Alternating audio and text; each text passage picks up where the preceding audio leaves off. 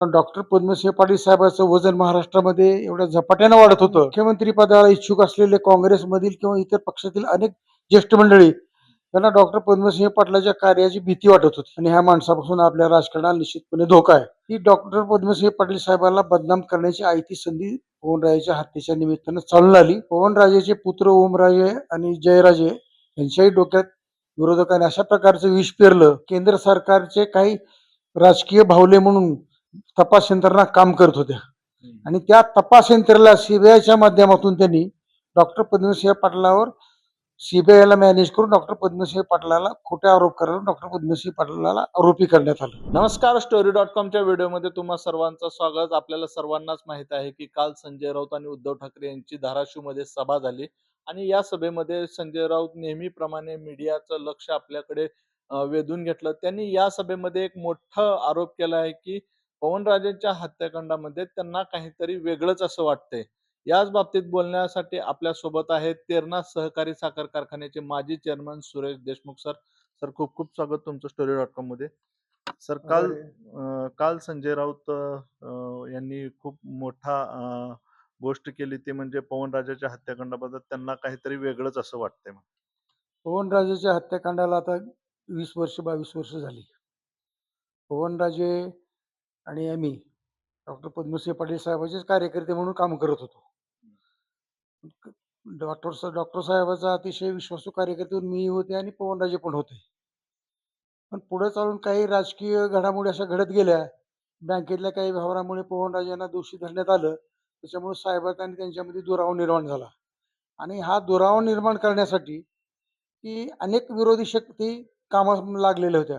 कारण की ते डॉक्टर पद्मसिंह पाटील साहेबांची या जिल्ह्यामध्ये वाढती लोकप्रियता ही अनेक वेळेला प्रसंगी वेगवेगळ्या विचाराचे वेगवेगळ्या पक्षाचे लोक एकत्र येऊन सुद्धा डॉक्टर पद्मसिंह पाटलाच्या राजकारणाला आपण कुठल्याही लेवलवर ग्रामपंचायत पासून पार आमदारकी खासदारपर्यंत शह देऊ शकत नाही.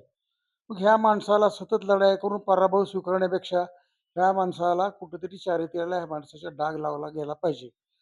त्या काळात पवनराजे आणि डॉक्टर पद्मसिंह पाटील साहेबांमुळे बँकेच्या व्यवहारामुळे थोडंसं मतांतर झाली.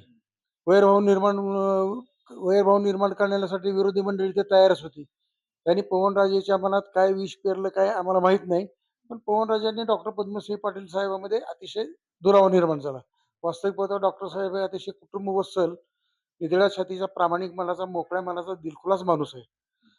पण पवनराजेच्या हत्येनंतर महाराष्ट्राच्या राजकारणाला फार मोठी गती आली. कारण डॉक्टर पद्मसिंह पाटील साहेबांचं वजन महाराष्ट्रामध्ये एवढ्या झपाट्यानं वाढत होतं की महाराष्ट्रामध्ये मुख्यमंत्री पदाला इच्छुक असलेले काँग्रेसमधील किंवा इतर पक्षातील अनेक ज्येष्ठ मंडळी त्यांना डॉक्टर पद्मसिंह पाटलाच्या कार्याची भीती वाटत होती.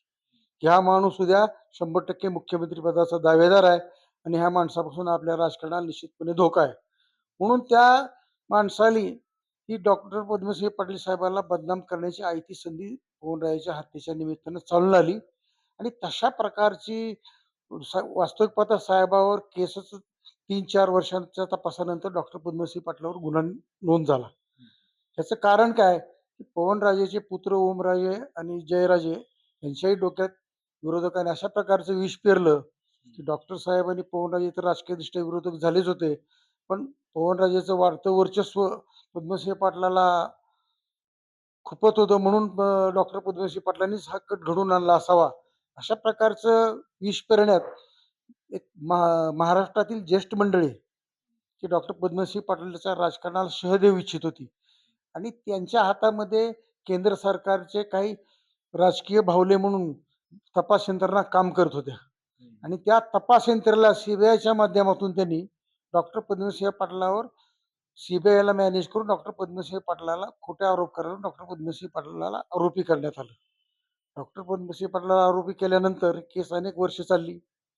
कोर्टापुढे सत्य असत्य झालंय आणि कोर्टाचा निकाल गेल्या 22 वर्षानंतर आलेला आहे आणि याच्यात डॉक्टर पद्मसिंह पाटलासहित सर्व आरोपी निर्दोष झालेले आहेत. म्हणजे हा खून पद्मसिंह पाटील सिंह किंवा त्यांचे इतर जे आरोपी होते त्यांच्या सोबत नाव घेतलेले त्यापैकी कुणी केलं नाही, कोर्टाने सांगितलेलं आहे. म्हणजे हा आमची सुद्धा इच्छा आहे. काही दिवस आम्ही पवनराजे साहेबांसोबत सुद्धा काम केलेलं आहे. पण आम्हाला हे वाटतं की पवनराजेंच्या खुनाचा तपास लागला पाहिजे. नेमकं खुनी कोण आहेत, मारेकरी कोण आहेत, हे समोर आलं पाहिजे. म्हणून आम्ही सुद्धा मागणी करतो, की बाबा ही केस रिओपन करून परत पवनराजेच्या खुनाचा तपास करावा आणि मारेकरी शोधून काढावेत. संजय राऊतनी जी परवा स्टेटमेंट दिलं धाराशिवच्या सभेत, काल उद्धव ठाकरे साहेबांची आणि संजय राऊत यांची सभा झाली, तर ती त्यांनी शंका व्यक्त केली. आता त्यांच्या शंकेमागे काही राजकीय हेतू असू शकतो. पण आमचा कुठलाही राजकीय हेतू नाही. डॉक्टर पद्मसिंह पाटील साहेब अतिशय साफ दिलखुलास मनाचे आहेत. आम्ही त्यांचे एक निष्ठावान कार्यकर्ते म्हणून प्रामाणिकपणे सांगतो, की पवनराजेच्या हत्याचा तपास प्रामाणिकपणे झाला पाहिजे आणि मारेकरी कोण आहे त्याचा शोध लागून त्यांना योग्य ते शासन झालं पाहिजे. मग आता हे सर्व घडामोडी झाल्या. आता संजय राऊतांनी काय आरोप कुणावर केले नाहीत, पण त्यांना वेगळा संशय आहे आणि हे सगळं झालं त्यावेळेस आरोप होत होते, की बाहेरच्या जिल्ह्यातून राजकारण वगैरे झालं. राकेश मारे यांची भूमिका पण कोर्टाने संशय म्हणजे हे कोर्टाने राकेश मारे यांच्या भूमिकेवर टीका झाली कोर्टामध्ये. असू शकतील ना, कारण त्यांच्यावर सेम केंद्रातून काही ज्येष्ठ काँग्रेस नेत्याचा दबाव होता. मी पूर्वी खुलासाच केलाय, की डॉक्टर पद्मसिंह पाटील साहेबांचं महाराष्ट्रामध्ये वाढणारं जे वर्चस्व, उद्या चालून महाराष्ट्र ह्या माणसाच्या ताब्यामध्ये जातो का या भीतीपोटी केवळ त्यांच्या चारित्र्याला डाग लावून त्यांना बदनाम करून, त्यांच्यावर खोटा आरोप करून त्यांना जेलमध्ये पाठवण्याचा किंवा त्यांना शिक्षा करण्याचा अतिशय कुटील डाव रचला होता. परंतु सत्य शेवटी जनतेसमोर येऊन कोर्टाने योग्य न्याय दिलेला आहे. त्याच्या बाबतीत आम्ही अतिशय समाधानी आहोत.